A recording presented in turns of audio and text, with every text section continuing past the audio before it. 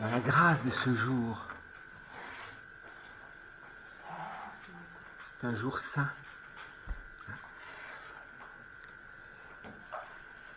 Ce soir commence vraiment ce Triduum pascal. C'est 3 jours saints. On pourrait dire que c'est le grand jeudi de l'amour. Ou c'est le jeudi du grand amour.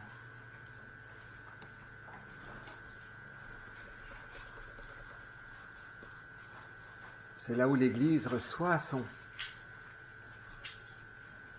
secret.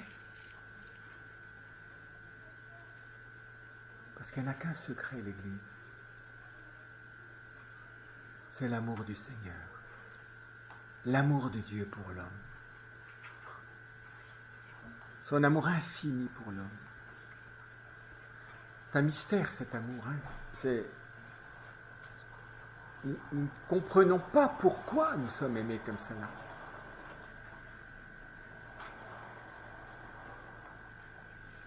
Qu'est-ce qui justifie un tel amour? Vous voyez, c'est vraiment un mystère. Laissez ouvert.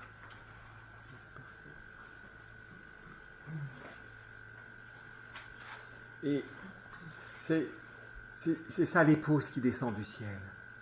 Qu'est-ce qui fait l'épouse? C'est pas d'abord un acte notarié, c'est pas un acte officiel, c'est rien de cela. C'est un secret d'amour dans le cœur. Vous avez vu le chœur de Notre-Dame de Paris, c'est Marie, l'autel et la croix glorieuse.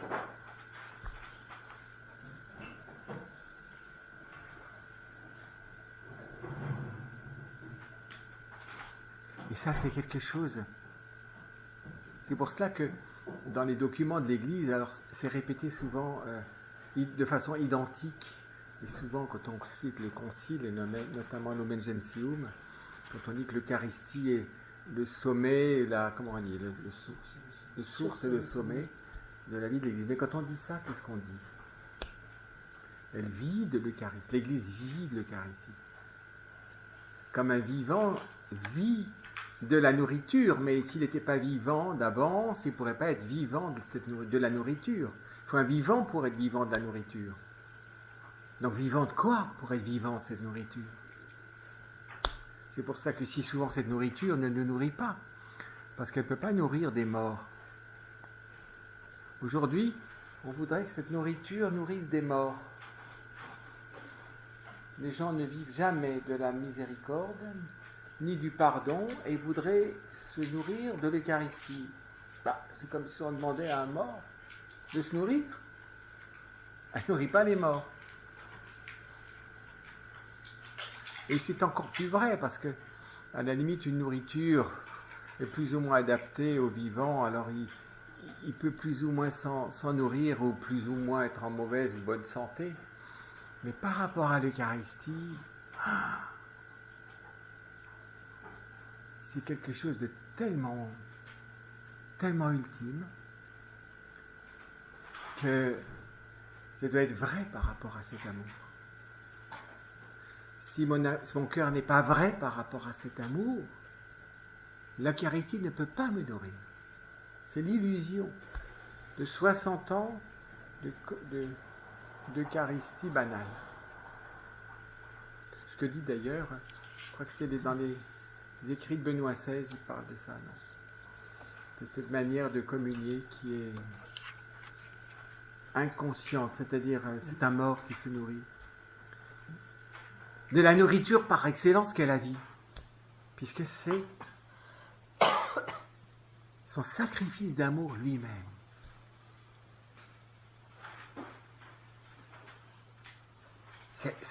C'est l'amour à sa source. C'est son cœur et son sang offert. C'est vraiment l'époux.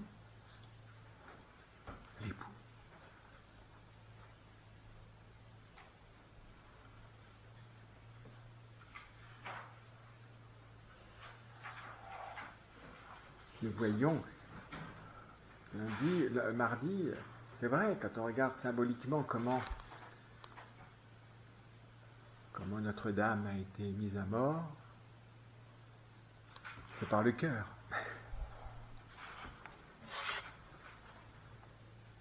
Ça révèle que notre cœur est mort.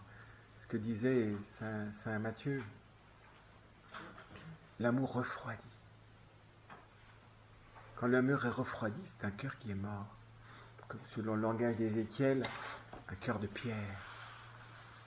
Un cœur de pierre, c'est un cœur mort. Transforme notre cœur de pierre en un cœur de chair. Un cœur aimant. C'est la conversion dans ce qui est le plus profond. Convertir à l'amour. Qu'est-ce qui fait que notre cœur est un cœur de pierre? C'est que nous sommes, comment dire, encombrés, occupés, suroccupés de plein de choses, sauf ce mystère de l'amour.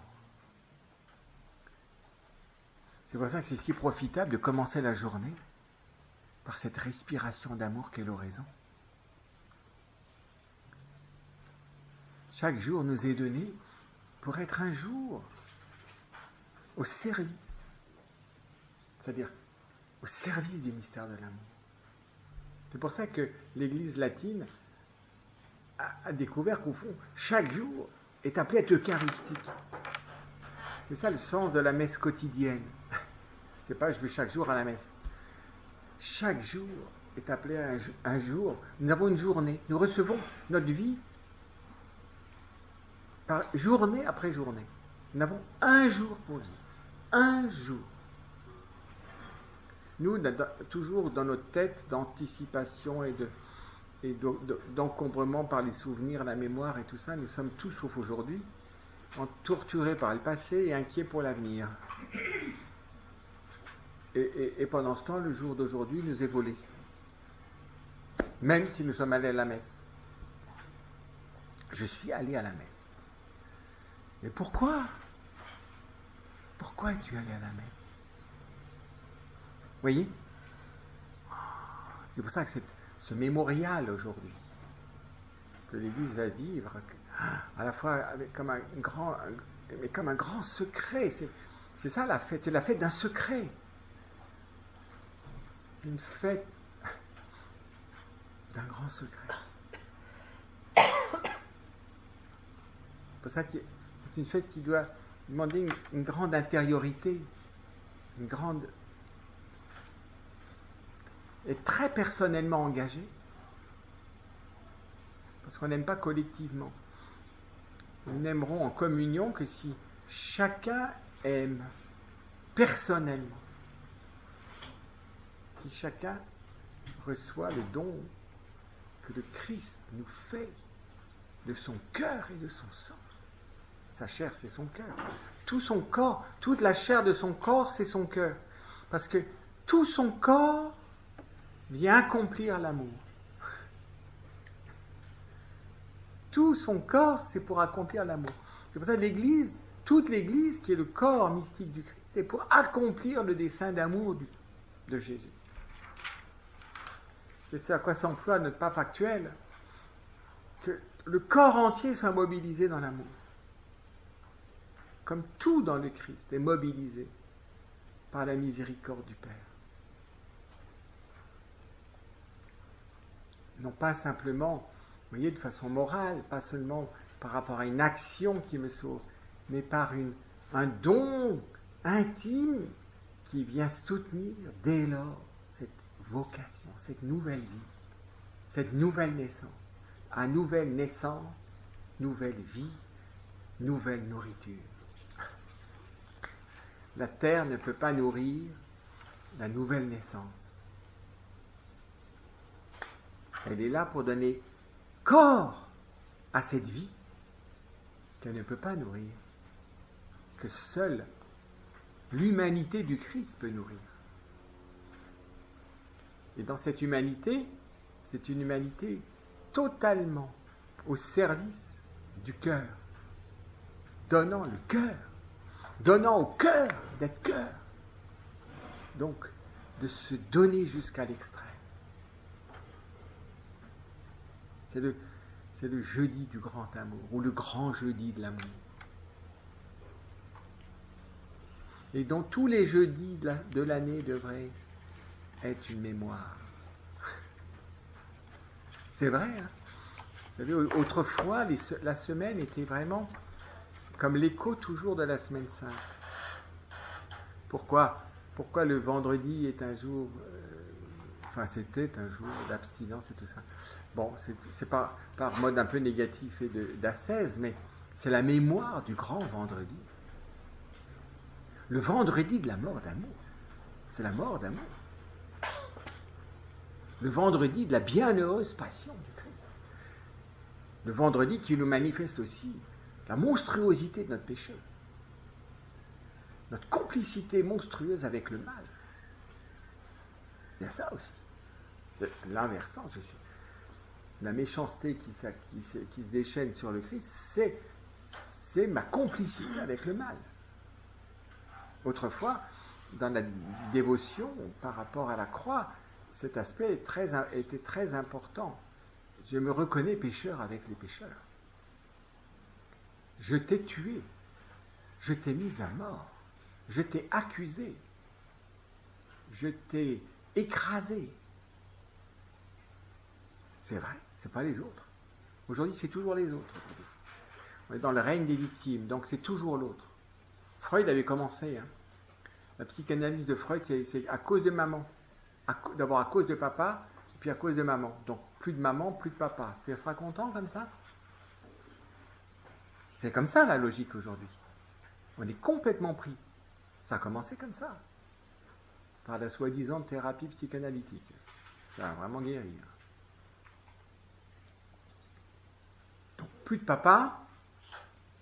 Après, il y en a un qui, le père Marie-Dominique me disait qu'en Suisse, il y en avait un qui avait fait une surenchère freudienne. Plus de maman. Donc c'est des mamans porteuses, c'est des robots de trucs, c'est des robots de nursing. Donc on sera au moins sûr qu'il n'y aura aucun abus parce que ce sera programmé de façon objective. Le risque de l'abus, c'est le risque de l'amour. Donc il faut juste des soins sanitaires, hygiéniques.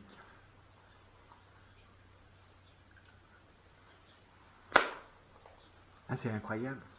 Mais vous voyez, il n'y a aucune solution là. On va à l'impasse totale. Le monde sera congelé. Dans le monde congelé, il n'y aura plus d'amour. C'est pour ça que l'Église a un secret si grand. Est-ce que je me laisse saisir par ce secret? C'est le mystère de l'épouse, ça. L'Église est-elle vraiment l'épouse? C'est pas une boutique, c'est une épouse qui descend du ciel. Je ne peux pas être épouse à partir de la terre, c'est impossible.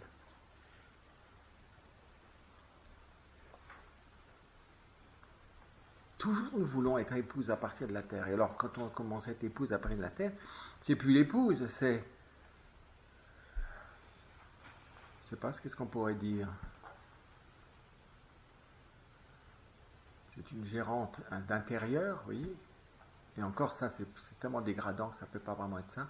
C'est celle qui appuie sur les boutons de la machine à laver, la vaisselle, de la lessive, du robot qui va...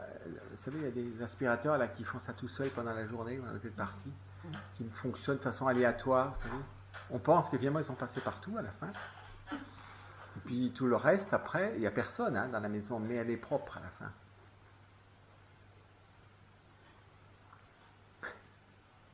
C'est pour ça qu'elle est si important ce jeudi. C'est le jeudi du cœur. Et le cœur, c'est le lieu du sang. Ça, Aristote le disait de façon tellement belle dans ces parties des animaux, dans le traité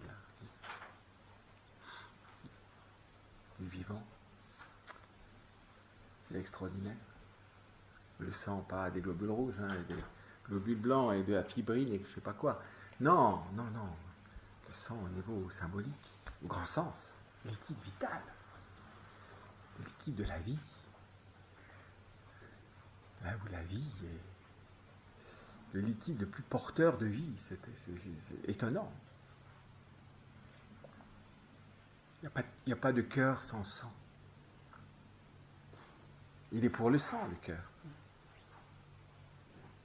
Selon la finalité.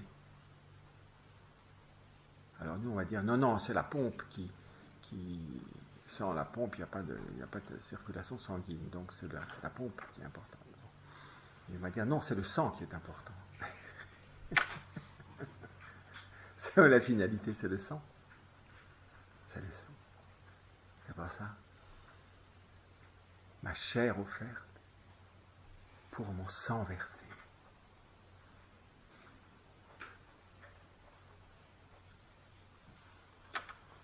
Parce qu'il sait, il faut se laisser. Parce que nous sommes visités d'une façon concrète et d'un réalisme incroyable. Et on va voir, c'est vrai, comment Saint Jean nous fait rentrer dans ce grand mystère. Elle est où, Christine, là? Elle a cherché Nicolas. Ah. Non, parce qu'elle était là avant, c'est pour ça. Il y a encore une panne quelque part.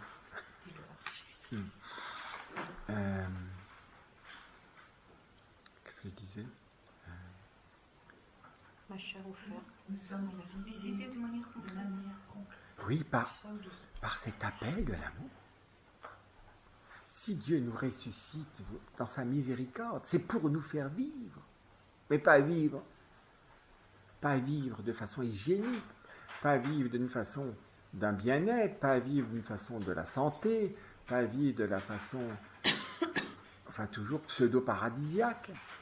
C'est pour être vivant de l'amour qui nous ressuscite. Donc de la miséricorde qui nous ressuscite. La miséricorde, c'est l'amour qui ressuscite. On cherche une définition de la miséricorde, c'est l'amour qui ressuscite, qui se sert du mal pour ressusciter. Vous voyez, qu'est-ce que c'est la densité qu'acquiert la liturgie chrétienne? C'est la seule liturgie au grand sens. C'est la grande liturgie de l'amour. On se dit, moi je ne veux pas à la messe, mais j'aime Dieu. Oui, mais tu ne vois pas l'amour. Tu crois le connaître, tu le sais, mais tu ne veux pas le voir. Tu ne veux pas œuvrer avec lui. Tu ne veux pas te laisser aimer. Tu ne veux pas voir l'amour. Et il faut que la liturgie laisse voir le mystère de l'amour. Comme nous avons entendu chez le cardinal Sarah. Dieu est amour, dira Jean. Donc, si Dieu doit être au milieu de la liturgie, ce n'est pas pour être un sacré religieux. C'est parce que Dieu est amour. Donc la liturgie doit être épiphanie de l'amour. On va à n'importe quel spectacle, sauf à l'épiphanie de l'amour. Pourquoi? Parce que cette épiphanie de l'amour ne se laisse toucher que dans la foi. Mais une foi, vous voyez, qui engage mon humanité. C'est pour ça que cette économie des sacrements est incroyable, parce que ce que touche ma foi, mon corps est appelé à le vivre effectivement. Quand je communie, c'est comme le point d'orgue de ma participation, mais qui engage toujours mon corps. Mais si possible, parce que mon âme a été saisie dans la foi, dans l'espérance et dans l'amour.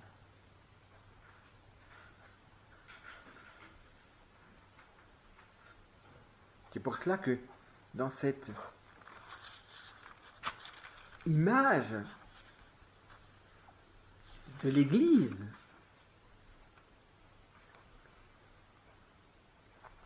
que nous avons visité très rapidement hier, selon dans l'Apocalypse, chapitre 21, cette épouse toute belle, parée pour l'époux. Parée pour l'époux. Préparée pour l'époux. Comment on se part pour l'époux? Dites-moi. Comment on se part pour l'époux? Quelles sont les boucles d'oreilles? Quelles sont la coiffure que je fais? Quel est le collier que je vais mettre? Qu'est-ce que la robe que je vais mettre? Les escarpins que je vais mettre? La ceinture que je vais mettre?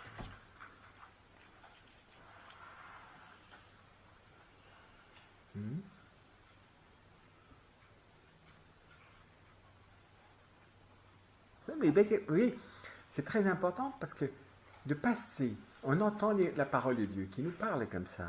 Et je vis la cité sainte, Jérusalem nouvelle, qui descendait du ciel de chez Dieu, comme une jeune mariée parée pour son époux. Parée pour son époux.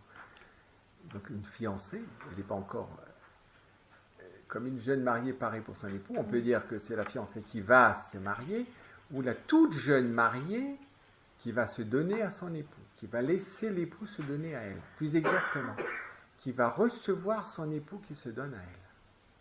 C'est ça, normalement. C'est ça le mariage, normalement. Qui va recevoir son époux qui se donne à elle.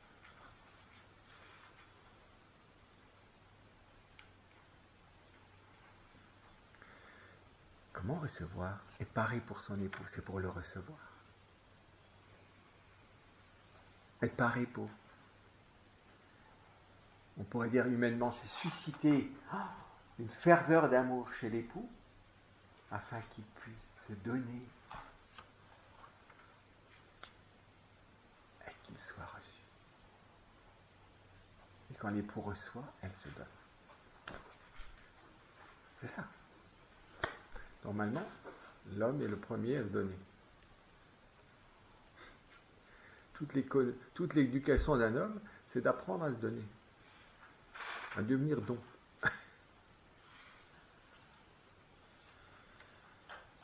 C'est pour ça que la convenance nécessaire, radicale, substantielle, pour le sacerdoce ministériel, c'est que c'est un humain masculin. Parce que Dieu est toujours le premier à se donner. Et moi, je me donne en le recevant. Mon don, c'est de le recevoir. Je me donne à lui en recevant son don. Et je deviens fécond du don reçu.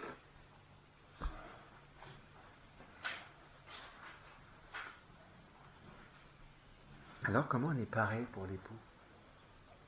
Quand je lis ça, je suis quoi? Qu'est-ce que j'entends? Comment ce que je lis va faire quelque chose en moi? Vous voyez, je suis torturé par le fait on entend la parole de Dieu, mais comme s'il n'avait pas parlé. Je sais. Oui, je sais. Oui, je sais.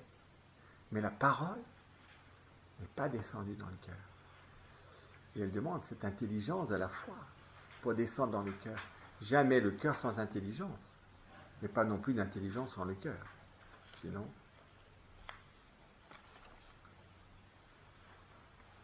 dites-moi, vous pensez vous préparer de façon passive au repas? Qu'est-ce que c'est d'être paré pour ça? Est-ce qu'on est paré pour l'époux? Il faut que l'époux se donne à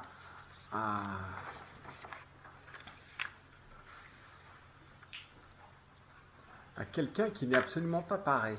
Enfin, oui. On pourrait dire négligé. Négligé. Nous sommes une humanité négligée.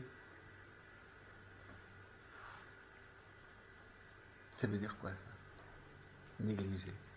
C'est quoi cette négligence?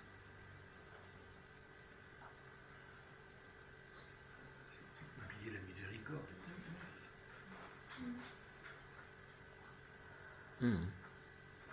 cœur impur. Oui. Une âme qui n'est pas claire. Ben oui, parce qu'elle n'a pas d'attention à l'amour. Elle ne regarde pas. Elle ne prépare. Elle ne se dispose pas. Elle y va comme on va à n'importe quoi. C'est comme ça qu'on va à l'église, d'abord en retard, n'importe comment. Ça veut dire n'importe comment. L'extérieur n'est que le signe de l'intérieur. N'importe comment, c'est-à-dire absolument pas accordé à ce qui se passe. Comme aujourd'hui, on fait l'amour n'importe comment, n'importe quand.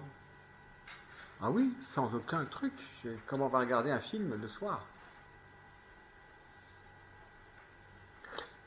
Mais l'analogie nuptiale, elle doit éclairer. Vous voyez, c'est très beau parce que l'analogie du mariage et de ces noces du Christ avec l'humanité, ils doivent avoir une répercussion considérable sur la manière.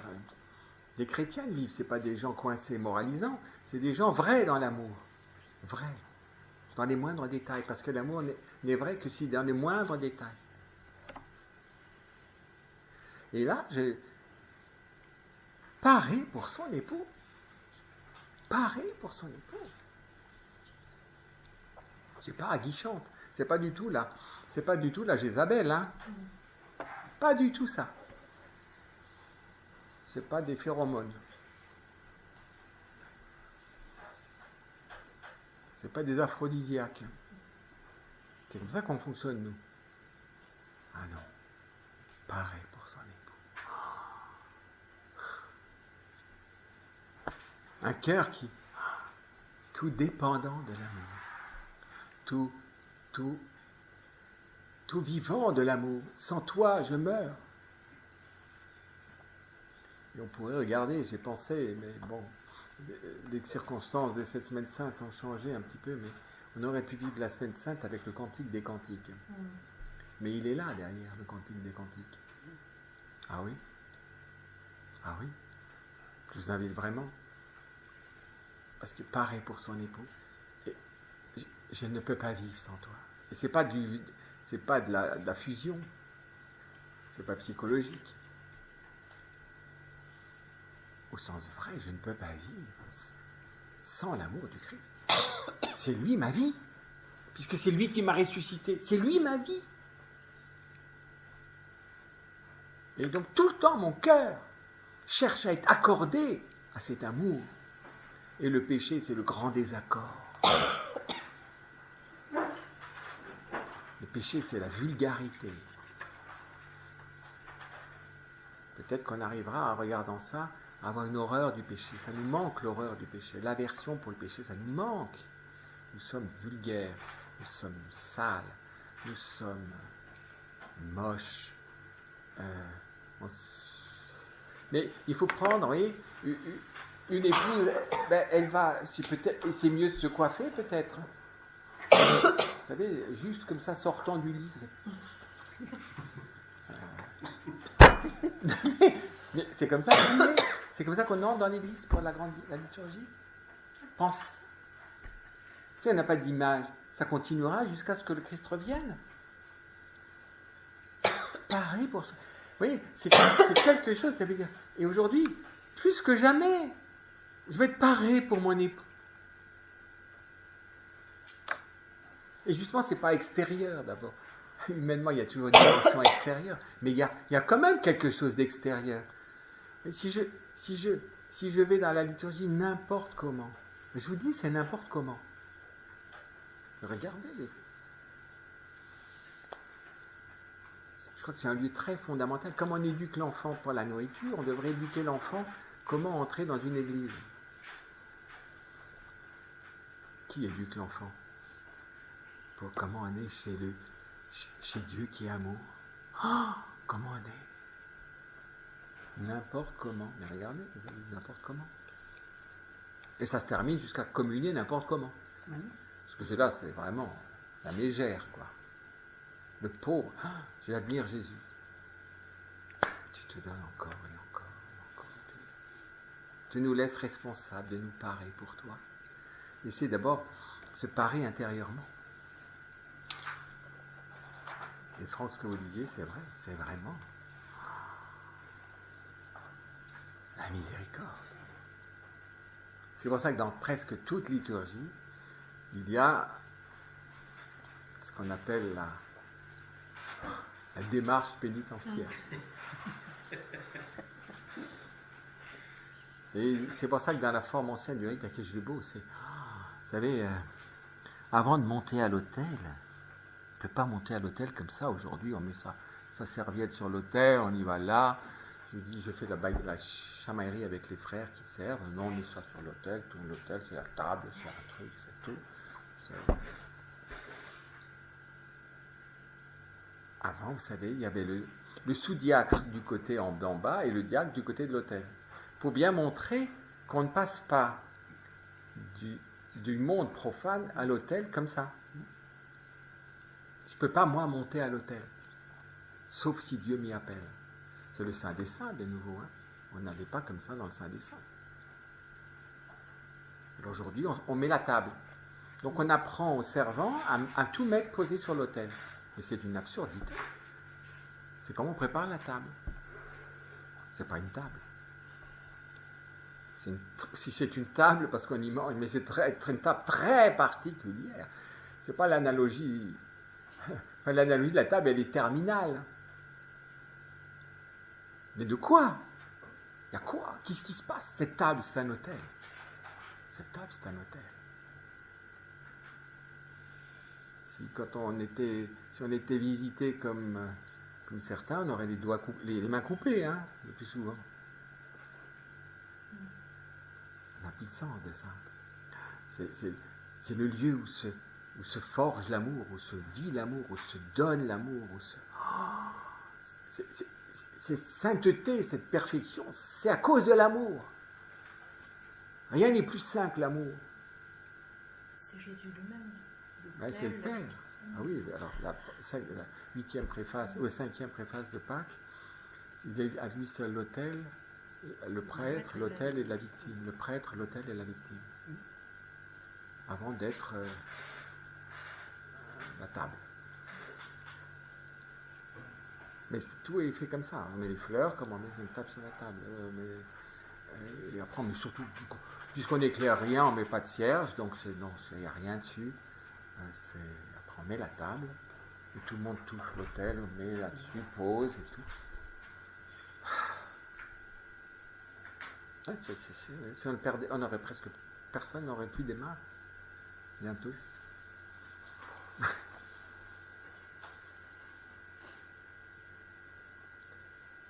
Ça, c'est des aspects dans la réforme liturgique qui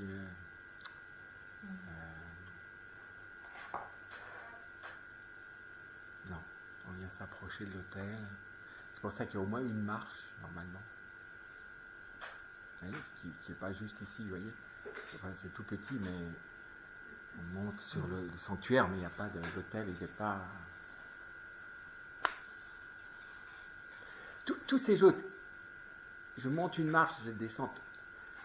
Tout ça vient incarner quelque chose d'un grand mystère. Grand mystère de l'amour. Vous savez, rien n'est plus mystérieux que l'amour. Rien n'est plus lumineux, mystérieux, c'est-à-dire mystérieux, comprenez, d'une réalité que je ne pourrai jamais enclore, jamais mesurer, jamais comprendre au sens fort. Je le contemple, je le mets en lumière, et je veux m'y disposer.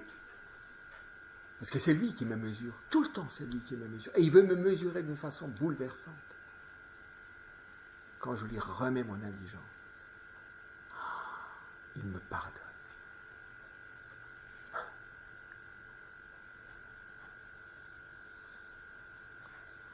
Ce qu'on appelle des prières au bas de l'autel. Alors c'est un peu matériel, mais qu'est-ce que c'était ces prières? Pardonne-moi, je suis pécheur. Et on monte après à l'autel. Chez nous, tout de suite. Alors on comprend. Mais si je suis vraiment, en vérité, avec l'amour, si je suis vraiment une épouse, et si le prêtre lui-même, plus que tout, est encore une épouse, Il ne peut agir une personne à Christi que si dans son cœur il est une épouse. En lui, il doit premièrement vivre le sacerdoce royal. S'il ne peut pas être prêtre, sacerdoce ministériel. Sinon, c'est monstrueux. Si le sacerdoce royal ne vit pas dans le cœur du prêtre, qu'est-ce qu'il vient faire comme sacerdoce ministériel? Ça devient de la monstruosité. On voit. Vous comprenez? Il n'y a notamment pas d'opposition, mais une unité profonde. Et chez le prêtre, ça doit être uni d'une façon incroyable, parce que sinon, il est hypocrite. Puisque quand il communie, tous sont communiés. Autrefois, on le voyait très bien, parce que dans la communion du prêtre, je communie. Mais que si le prêtre ne communique pas, la messe est invalide. C'est pour ça que s'il ne consomme pas les espèces consacrées à cette messe, c'est invalide. Même si c'est aussi le corps du Christ que je sors du tabernacle. Mais si moi, je consomme les saintes espèces du tabernacle, la messe est invalide. Mais oui, parce que je ne communie pas au don actuel. C'est le réalisme. Et quand le prêtre communie, il ne communie pas d'abord pour lui. Il communie pour tous. Et lui le dernier, parce qu'il célèbre à la gloire de Dieu et pour le salut du monde. C'est pour ça que, alors ça parlait de bonnes intentions, mais on ramène ça à la politesse. Donc, je vais communier le dernier, puisque je vous sers. Parce que vous êtes le Père Laurentin. Mais on comprend, mais c'est psychologique, vous comprenez ça? Je vais communier le dernier. C'est vrai si je communie pour moi. Mais je ne communie pas pour moi. Je suis le premier à oser la communion, si j'ose dire, afin que tous puissent communier. C'est comme j'ouvre la voie de la communion dans laquelle tous peuvent communier. Donc je vais le premier m'exposer aux exigences de l'amour. Donc je veux le premier mourir avec le Christ pour que les hommes vivent. C'est ça.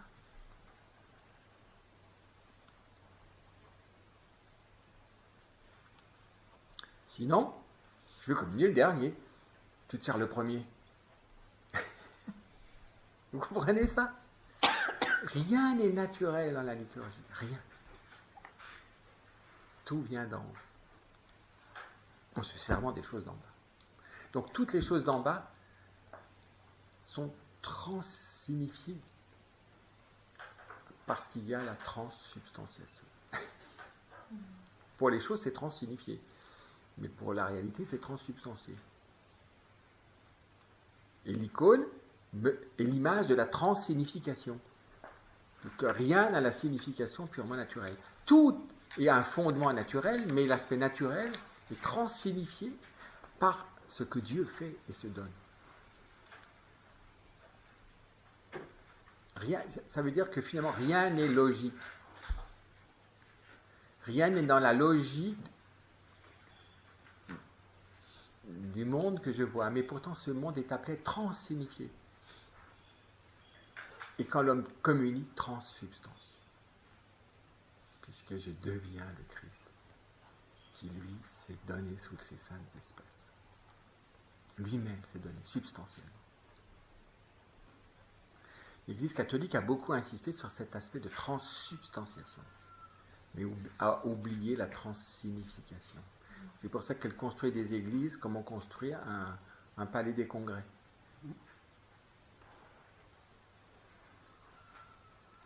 Ou esthétiquement séduisant, ou fonctionnellement pratique. Mais il n'y a pas de transsignification. Vous comprenez ça? C'est pour ça que nos frères orthodoxes nous disent, vous passez de l'icône, vous pensez que vous pouvez vous passer de l'icône avec seulement la transsubstantiation. Alors eux, ils en ont un peu contre la transsubstantiation. il n'y a que la transsignification, il y a quand même la transubstantiation, mais si nous respirons des deux poumons, je reçois les deux. La transubstantiation est ultime. Puis-je vivre l'ultime sans passer par la transsignification? C'est ça, parer pour son époux.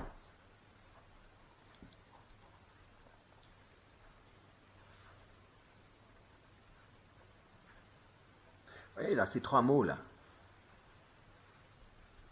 Mais alors, être paré pour son époux. Est-ce qu'on a encore le sens de la liturgie nuptiale? Non. Il n'y a pas de liturgie. Parce que vous savez, c'est un acte sacré. La conjugate est un acte sacré. Il engage Dieu, le Créateur, si je suis vrai. Il est sacré.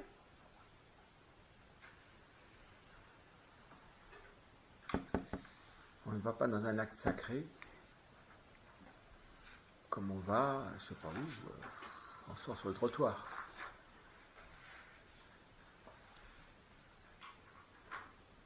Alors c'est l'érotisme et tout ça qui doit remplacer tout ça. Le n'importe quoi.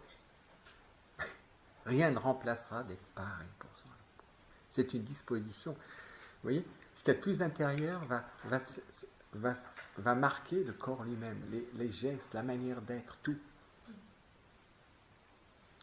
C'est une incarnation des dispositions. Cette disposition, c'est incarner toute la personne pour la disposer à laisser Dieu se donner et à le recevoir. Et donc être prêt à emporter le fruit.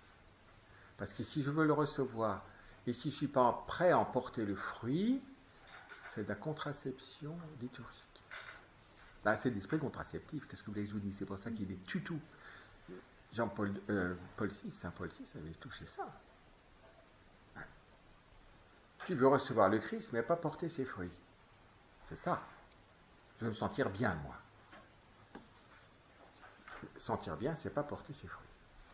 C'est quoi porter ses fruits? Eh oui. Et pour ça, vous savez, cet esprit contraceptif, ah non, la vie reste à moi. Elle est à moi-même. Quand vous portez des fruits, votre vie ne vous appartient plus. À l'image de la nature, quand elle porte des fruits, on pourrait dire, des fois, elle se sacrifie tout entière dans son fruit. Regardez les différents vivants, vous verrez. Qu'est-ce qui reste de l'épi de blé? Rien. Il a porté ses fruits, il dessèche. C'est fini. C'est fini. La plante annuelle, c'est extraordinaire. La plante annuelle, c'est incroyable. Elle meurt. Toute sa vie, c'est les fruits. Le pauvre bourdon, il a donné la vie, il meurt. C'est incroyable. Extraordinaire. Ça, Saint François avait touché que la nature chantait le mystère de Dieu. C'est ça qu'il y a la cantique des créatures. Elle loue mieux Dieu que nous. Il faut retrouver ça. Et vous voyez, on peut le dire qu'on va le faire par un mode expressif et expansif, peut-être, hein, mais s'il n'y a pas de lumière pour éclairer ce mode expansif, expressif, ça reste psychique. Je ne vise rien. Et vous voyez, pareil pour son époux. Aujourd'hui, pour nous préparer à la liturgie de ce soir, je crois qu'il faut vraiment... Comment? Soyons parés pour l'époux ce soir.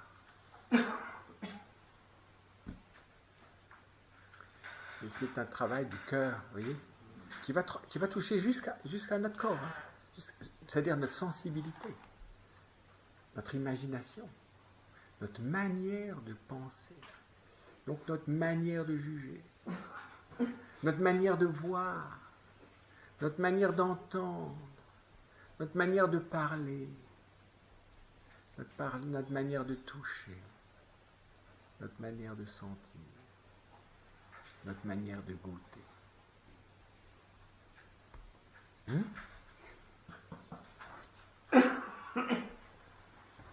C'est vrai, je crois que vous savez pourquoi tout devient insignifiant. Le cœur de l'épouse est froid. Donc elle s'occupe pas d'autre chose. Elle s'occupe de sa carrière, elle s'occupe de son bien-être, elle s'occupe de ses trucs, elle s'occupe de ses affaires, elle s'occupe de...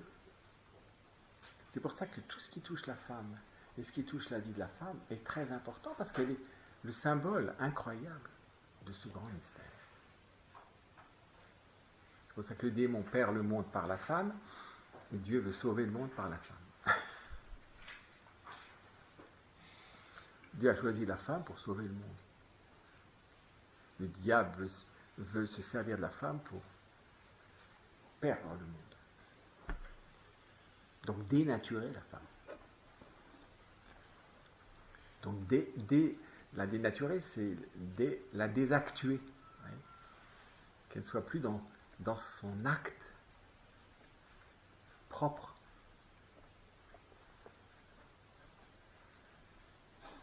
Qui éclaire l'acte propre de la créature. J'entendis alors une voix clamer du trône, et regardez comme cette donation s'est accomplie. Voici la demeure de Dieu avec les hommes.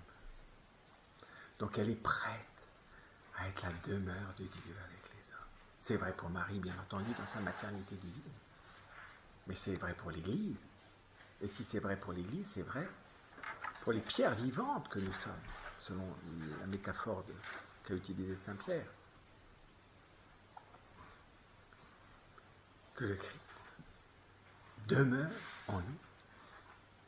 Et donc que nous demeurions en lui. S'il demeure en nous, c'est pour que nous demeurions en lui. C'est ça la communion.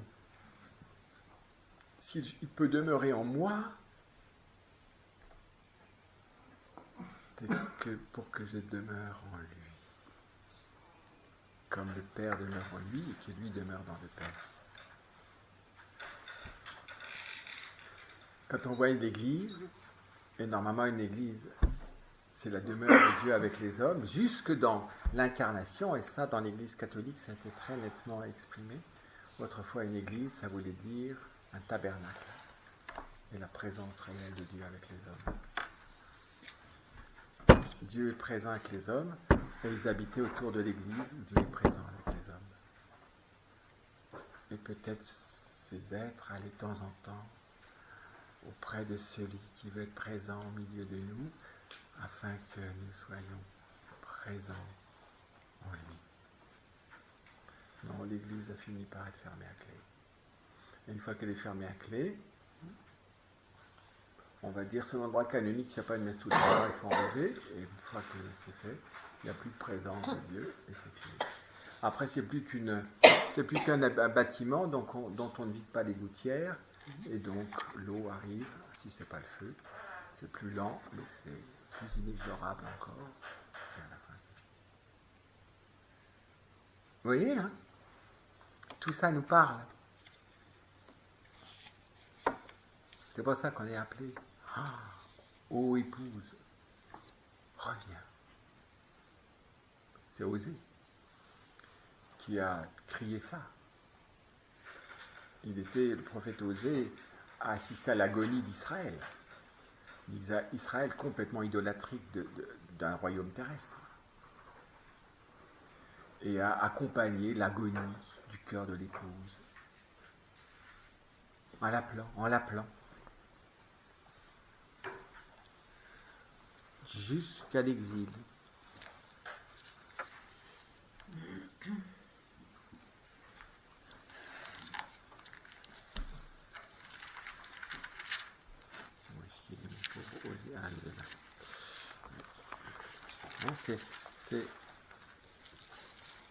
Vous voyez, qu'est-ce que crie Osée? La corruption générale. C'est la corruption du cœur. Écoute au chapitre 4. Écoutez la parole de Yahvé, enfants d'Israël, car Yahvé est en procès avec les habitants du pays. Il n'y a ni fidélité, ni amour, ni connaissance de Dieu dans le pays. Donc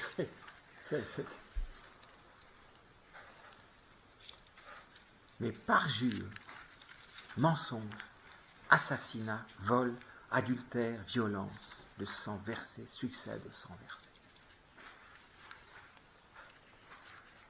Voilà pourquoi le pays est en deuil, tous ses habitants dépérissent. C'est une épouse morte. Et l'épouse n'est vivante que par l'amour, donc par son cœur. Hein. Et alors le signe, jusqu'aux bêtes des champs et aux oiseaux du ciel, même les poissons de la mer disparaîtront. Donc ça veut dire que toute la nature n'a de sens que par rapport à ce que vit l'humanité, donc elle-même agonise. Pourtant que nul n'attende de procès, que nul ne réprimande. C'est à toi, prêtre, que je suis. C'est avec toi, prêtre, que je suis en procès. Mon peuple périt faute de connaissance. Un aspect de la doctrine, de lumière. Puisque toi, prêtre, tu as rejeté la connaissance, je te rejetterai de mon sacerdoce. Puisque tu as oublié l'enseignement de ton Dieu, à mon tour, j'oublierai tes fils. Regardez, comme pourtant c'est le sacerdoce ancien, hein.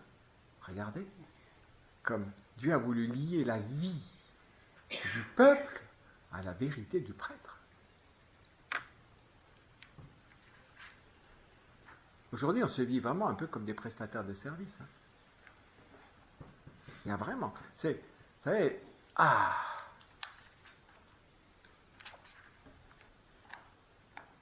ils ont échangé leur gloire. La gloire, c'est d'être aimé par l'époux. C'est d'être élu par l'époux. C'est ça ma gloire. Pour l'ignominie.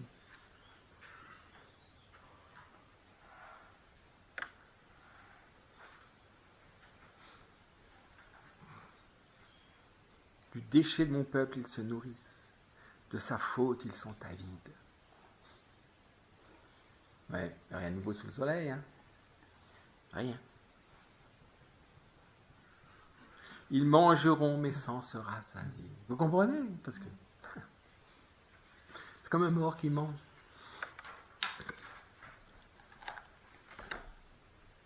Ils se prostitueront, mais sans s'accroître. C'est vraiment nous, hein? Le sexe est à l'honneur et nous n'arrivons même pas à remplacer les générations. Un problème. C'est un problème. Nos corps nous crient notre maladie de cœur. Quand je suis paré pour l'époux, c'est juste l'inverse. Mon cœur rayonne sur mon corps et toute ma personne, afin que puisse s'accomplir la liturgie des noces. La liturgie chrétienne, c'est la liturgie des noces. Les noces de l'agneau. Les noces.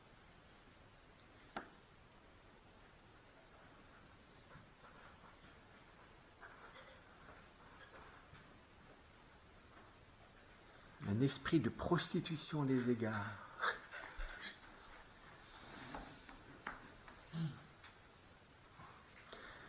Des guerres fratricides.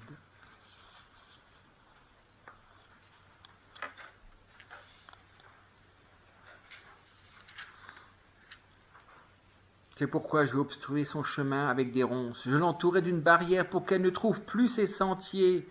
Elle poursuivra ses amants et ne les atteindra pas. Elle les cherchera et ne les trouvera pas. Alors elle dira, je veux retourner vers mon premier mari. C'est ça la conversion. Car j'étais plus heureuse alors que maintenant. Elle n'a pas reconnu que c'est moi qui lui donnais le froment. Regardez, c'est eucharistique, hein, le vin nouveau et l'huile fraîche. L'huile, c'est la charité. Hein. Sur le psaume 132, l'huile qui descend jusque sur la barbe d'Aaron. Oui, c'est la charité fraternelle. C'est que lui prodiguer cet argent et cet or qu'ils ont employés pour Baal. Tous les dons que Dieu avait faits, ils les ont utilisés pour devenir des idolâtres.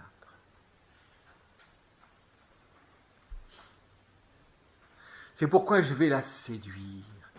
Je la conduirai au désert. Je parlerai à son cœur. Là, je lui rendrai ses vignobles. Et je ferai du Val d'Accord une porte d'espérance. C'est extraordinaire. Une porte d'espérance. Là, elle répondra comme au jour de sa jeunesse. Comme au jour où elle montait du pays d'Égypte. Il adviendra en ce jour-là, oracle de Yahvé, que tu m'appelleras mon mari, mon époux. Il faut que ce soir nous puissions dire mon époux. Et pas que pour nous-mêmes.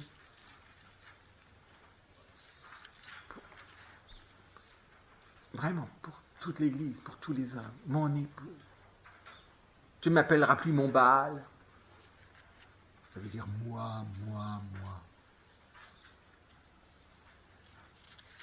Je conclurai avec eux une alliance en ce jour-là, avec les bêtes des champs, les oiseaux du ciel, les reptiles du sol, l'arc, l'épée, la guerre. Je les briserai, les bannirai du pays, et eux, je les fais reposerai en sécurité. Je te fiancerai à moi, pour toujours. Alors ça, c'est un passage qu'aimait beaucoup le Père. Je te fiancerai dans la justice, dans le droit, dans la tendresse et la miséricorde. Je te fiancerai, moi, dans la fidélité, et tu connaîtras Yahvé. Connaître, hein, au grand sens.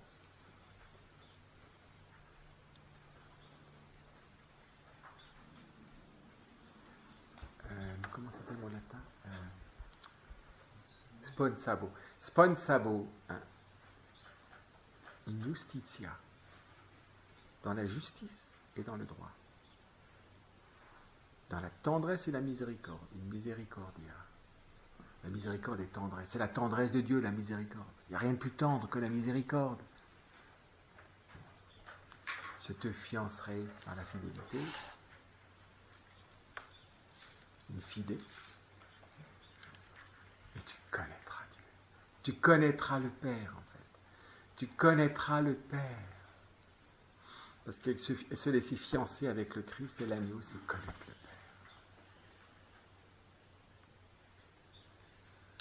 le Père. Et ça, c'est Israël, avant l'exil.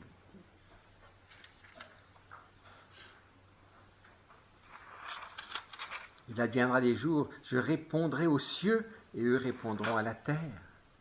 La terre répondra au froment, au vin nouveau, et à l'huile fraîche, et eux répondront à Israël. Je la sèmerai dans le pays, etc. J'aurai pitié, etc. Je dirai, tu es mon peuple, et lui dira, mon Dieu.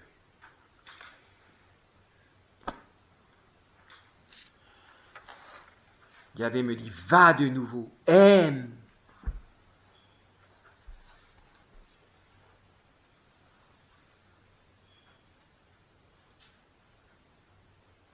Ils reviendront, ils chercheront Yahvé leur Dieu.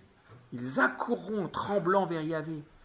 Versez bien dans la suite des jours. Enfin, pour regarder tout.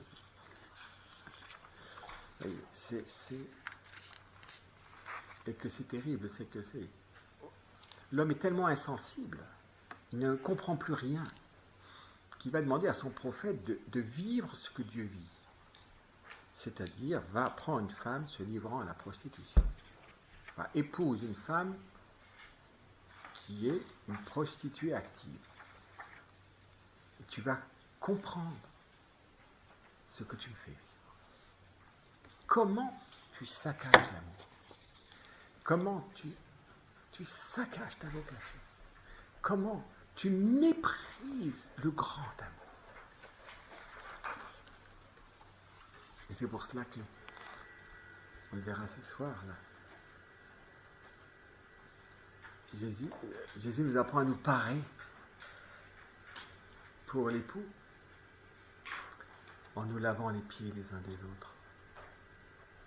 Parce que si je me reconnais pécheur, c'est que je veux me convertir à l'amour.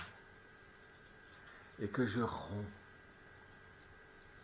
avec la puissance pour le service, pour le don. Pour le don.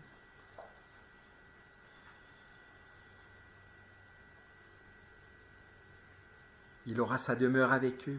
Ils seront son peuple et lui, Dieu avec eux. Il sera leur Dieu. Il essuiera toute larme de leurs yeux. Il y a eu beaucoup de larmes ces derniers jours. Certains ont dit que c'est vrai, cette statue à l'entrée du chœur de Notre-Dame, elle pleurait de l'eau des pompiers, mais aussi, je crois, des larmes de Marie. Quand Marie pleure, la Salette, c'est elle qui nous appelle. Elle accepte d'être dévastée pour nous tirer de la dévastation. Parce que la grande dévastation, c'est celle du cœur, qui appelle les autres. Parce que quand le cœur de l'homme est dévasté, la dévastation n'est pas loin.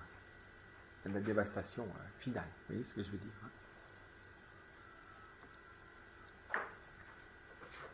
Alors celui qui siège sur le trône déclara, « Voici, je fais l'univers nouveau. » Vous comprenez que tout est nouveau. Seul l'amour renouvelle tout. Un nouvel amour renouvelle tout. Avec un nouvel amour, plus rien n'est comme avant. Tout est trans-signifié. Tout est trans-vécu. Vous voyez ce que je veux dire? Parce que c'est substantiellement nouveau. Puis il agita, écrit, « Ces paroles sont certaines et vraies. C'en est fait, me dit-il encore, je suis l'alpha et l'oméga, le principe et la fin. Celui qui a soif, moi je lui donnerai de la source de vie gratuitement. Telle sera la part du vainqueur, et alors ses épousailles signifient quoi ultimement? Et je serai son Dieu, et lui sera mon fils. Si je suis dans une communion la plus intime qui soit, dont l'archétype est la communion sponsale avec le Christ, je suis fils en lui, du Père. Et je dis, tu es mon Dieu, et lui me dit, tu es mon fils.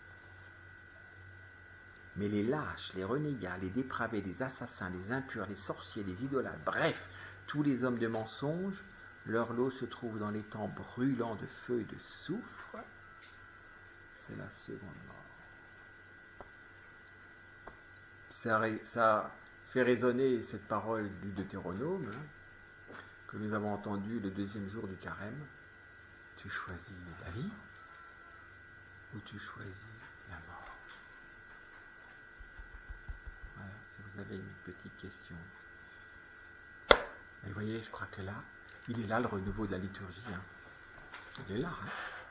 Vous pouvez changer les rites autant que vous voulez. Maintenant, il faut s'y mettre. Après, on peut améliorer les rites, mais...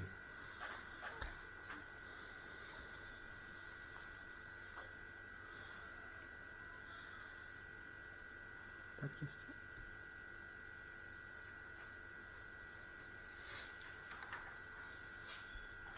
Sur Sophia, ça m'étonne que je n'ai pas de questions. Je me suis rappelé en vous écoutant que c'est intéressant, il y a 2 ans, à la fin de la vie consacrée, il y avait la trilogie du magistère, il y avait 4 textes que le dicaster voulait consacrer à donner ou consacrer, et la 3e partie, la première c'était réjouissez-vous, puis scruter, et la 3e partie c'était contempler. Et ce qui m'a frappé, c'est que justement, ils ont essayé de redonner au consacré la dimension mystique de l'amour, voilà, de cette dimension un peu sponsale au consacré, et un lien d'incarnation comme liturgie, comme éducation, le lieu d'éclosion. En fait, je trouvais c'est intéressant que je trouvais ce texte très audacieux, et en fait, mais je ne sais pas comment il était et combien il était reçu. Dans ma communauté, je n'ai pas perçu que ça a eu une grande résonance, mais je trouvais que c'est intéressant dans le contexte actuel. Je voudrais, par exemple, j'ai une question peut-être pas assez mûre, mais si vous voulez, par exemple, tous ces abus actuels, le nombre des femmes qui se considèrent des victimes, comment, il me semble, c'est aussi comme presque un échec du féminisme. Ah bah ça c'est sûr. Vous voyez, c'est quelque chose où tout d'un coup, alors qu'elle voulait être quand même très autonome, etc., elle se met dans une position où elle est irresponsable, la femme. Et du coup, comment... Et à la fois, c'est aussi une caricature des épousailles, je ne sais pas. Et en fait, il y a pour moi même de cette prétention du féminisme, où la femme a voulu égaliser l'homme. Et il me semble qu'elle ne voit pas, mais c'est un échec du féminisme, à mon avis. Donc je ne sais pas si vous pouvez un peu... Oui, parce que le féminisme est une hérésie sur la femme. Oui.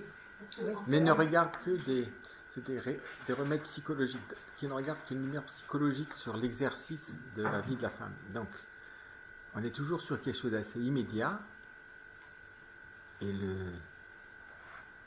Mais quand on vit dans l'immédiat, on se retrouve vis-à-vis de quelque chose de faux.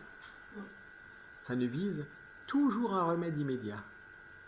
Les remèdes immédiats sont terribles, parce qu'ils ont comme suite des fortes souffrances, parce que c'est pas des remèdes, c'est des emplâtres qui cachent le mal. Comme dans l'allopathie d'ailleurs. Comme dans l'allopathie, si je comprends bien. Si on en reste à ce regard, oui. Oui, en fait, en voulant se libérer, en voulant une certaine liberté, finalement, elle sera aliénée. Ben oui, et après il y a la rébellion, c'est non. Voilà. Piégée par le piège, c'est elle qui l'ont fait en fait. Et l'homme n'a pas grandi, il est devenu la caricature de ce qu'il est, pour ne plus être un homme. Mais c'est... Je pense que c'est pour ça qu'il y a de plus en plus de couples homo. La création est tellement incroyable, elle est tellement en vue d'une œuvre de sagesse qui regarde l'être humain, que si l'homme se décroche de Dieu,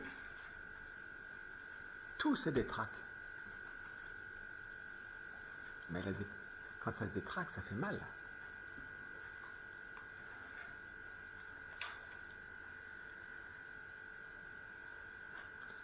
C'est pour ça qu'il est grand, le mystère de la foi. Il est grand, le mystère de la foi. Grand trésor. Et en fait, aussi, quand vous avez posé cette question, comment nous parlons-nous à l'époux? Et puis, je me suis rappelé la prière de l'Angélus. Nous prions, et en latin, ce qui est en latin n'est pas traduit de même façon ni en lituanien ni en français. C'est Udigni, on prie la Vierge Marie, Udigni efficiam conditionibus Christi. Et en fait, c'est une phrase, quand on regarde le latin, c'est pas nous qui nous parlons, mais c'est comme que nous soyons rendus, ou que nous soyons faits. Et c'est quelque chose de plus passif. Je suis beaucoup, même cette être paré, c'est pas moi qui est au fond de l'acteur. C'est pour ça que je me livre à la miséricorde. C'est elle qui me parle, mais moi, il faut que je me laisse parer. Ce que j'apporte, c'est mon péché. La vérité sur moi. La vérité sur ma dépendance à Dieu. La vérité aussi, après, sur combien je dois tout à l'amour. Et donc, je vais adorer cet amour. Mais je ne peux pas avoir cette expérience de l'amour si je n'ai pas l'expérience de la miséricorde. C'est impossible.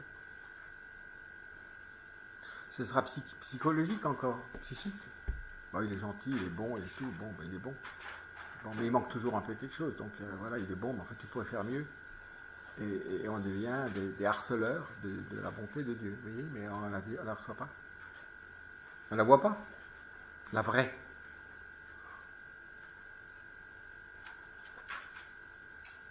Bon, alors, essayons peut-être d'être un peu plus silencieux. Et si on a quelque chose à dire ou faire quelque chose, essayons de se le dire avec un peu, voilà, avec la voix basse, parce que pour permettre à ces grandes choses de nous saisir.